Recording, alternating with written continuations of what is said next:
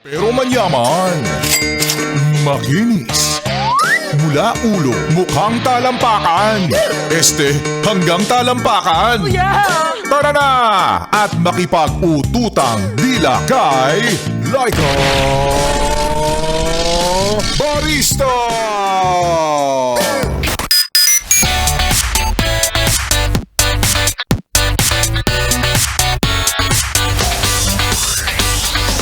Kaway-kaway sa mga kunwari nagtatrabaho dyan. Yung bigla na lang nagiging busy pagdaan ni boss pero ang totoo wala ka naman talagang ginagawa. At para sa iyo rin, mawawala ba yan sa loob ng opisina? Yung dalawang uri ng empleyado.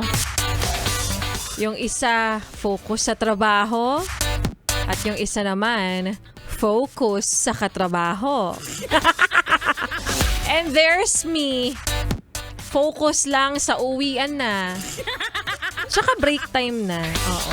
Marami naman tayong ganyan. Pero totoo talaga, no? Habang tumatagal ka talaga sa trabaho, sabi nga nila, patamad ka ng patamad. Pero may mga kilala ko. Habang tumatagal sa trabaho, anong patanga ng patanga? Hindi. Pasama ng pasama ang ugali. O diba totoo naman? Reklamador ka na. Samantalang dati kapag nautusan ka, okay lang po. You can't say no. Diba? Sige, okay lang naman po.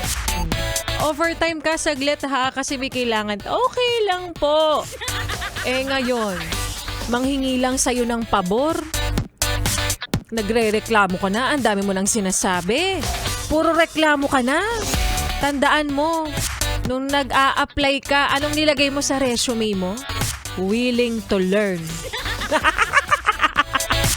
Maayong hapon para sa mga mao't gwapa na yes friend natin. Kasama nyo na nga, kapiling, kachismisan, kakwentuhan at kaututang dila rin. Yes, totoo. Hindi ka nagugulumihanan. Hindi ka rin naalimpungatan. DJ Laika Barista na yes friend na ang iyong napapakinggan ngayon pong araw ng Biyernes at palakpangan ng bawat isa kasi umabot ka na naman sa araw ng Biyernes. Yes friend, oo. Deserve mo mamaya ang makapagpahinga ng mahaba dahil ang tagal mong hinintay ang araw na ito. At bukas, day off mo na. Take note, day off. Pero hindi mo rest day. Laika Barista na ang iyong kasama 3 p.m. to 6 p.m. dito sa iyong solid na paboritong kabanding ang 101.1 Yes FM. At para sa you, yes friend, na nag-aabang din syempre bukod sa oras na ng uwian o oras ng uwian, nag-aabang ka, nag-aabang ka rin na ilang bilang pa, ilang araw pa bago mag-reflect o bago pumasok muli ang sweldo. Ganyan na lang lagi yung inaabangan mo. Diba? Alam mo, bukod sa sweldo, yes friend, kami dito, namimigay kami ng tigi 1,000 piso. Ang tanong, sumasali ka ba para po sa amin? Solid 100 Days of Christmas! Kasabay na nangyayaring katiwalian, nandito ang Yes FM at namimigay ng tigwa 1,000. At kasabay rin ang countdown natin para sa Pasko. Ang Yes FM namimigay ng tigi 1,000 piso. Kaya naman i-congratulate na natin yung mga Yes friend nating nanalo na dyan. Yung mga nauna nating winners pa simula kahapon. Ayan, congratulations sa inyong lahat mga Yes friend namin. Si Jessie Lucas, si Charlon Coros, Bingbing Dasala, and Perlin de Guzman. Congratulations sa inyo. At sa mga Yes friend ko na nag-aabang, sana kayo naman ang susunod na mabigyan. Kaya sana kayo rin ay laging nakikinig. Simula po umaga sa programa pa lang ni Rico Pañero, yes friend, makinig ka na, tumutok ka na hanggang kay Biboy Bibo. Dahil iba't ibang mechanics po ang aming inilalatag para sa inyo. Nilalatag? Siyempre, 1,000 piso yung pinag-uusapan natin dito. Ano ba naman yung medyo mag-effort ka man lang, di ba? Ganun lang naman yun. Makikinig ka lang, sasali ka lang. At pwede ka nang magkaroon ng tsansang manalo ng 1,000. At sino kaya ang susunod na mamimigay today? Abangan mo yan! Baka naman. Sino nga ba? At bukas, sino kaya? Dire-diretso yan, yes, friend, literal, na Lunes hanggang Linggo, makinig kayo dahil minsan ako, araw ng Linggo, pahinga nyo, pero ako namimigay ng tigi 1,000 piso.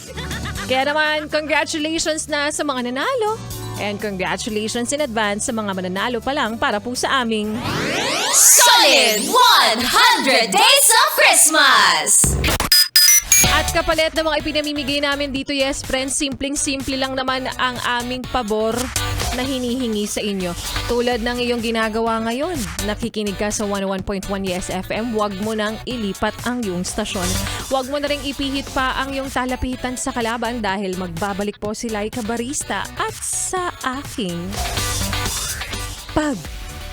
babalik.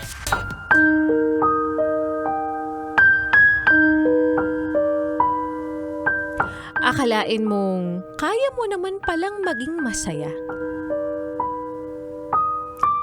Kahit wala na siya kasi dati nang hihinayang ka.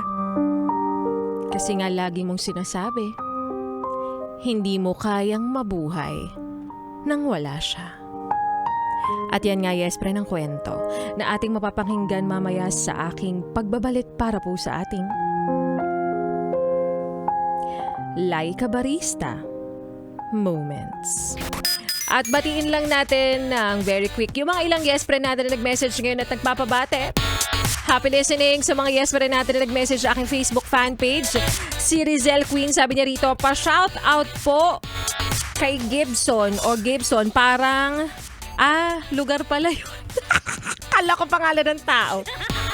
Gibson, parang Marikina, wag niyo pong banggitin pangalan ko, salamat. Ba't niyo naman kasi sa dulo sinasabi na wag banggitin ang pangalan niyo?